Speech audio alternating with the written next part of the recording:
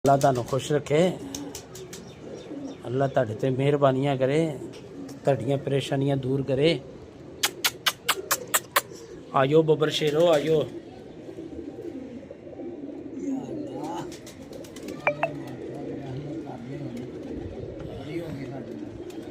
हाँ जी, अगे तो नहीं खुडे साफ करते सी सर्दियां च है।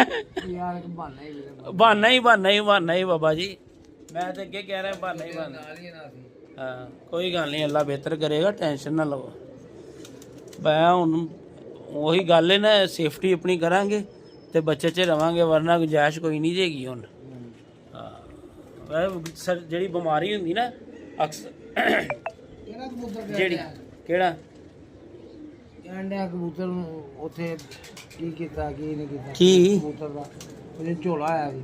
हाँ की कहने झोले दा कौन तूं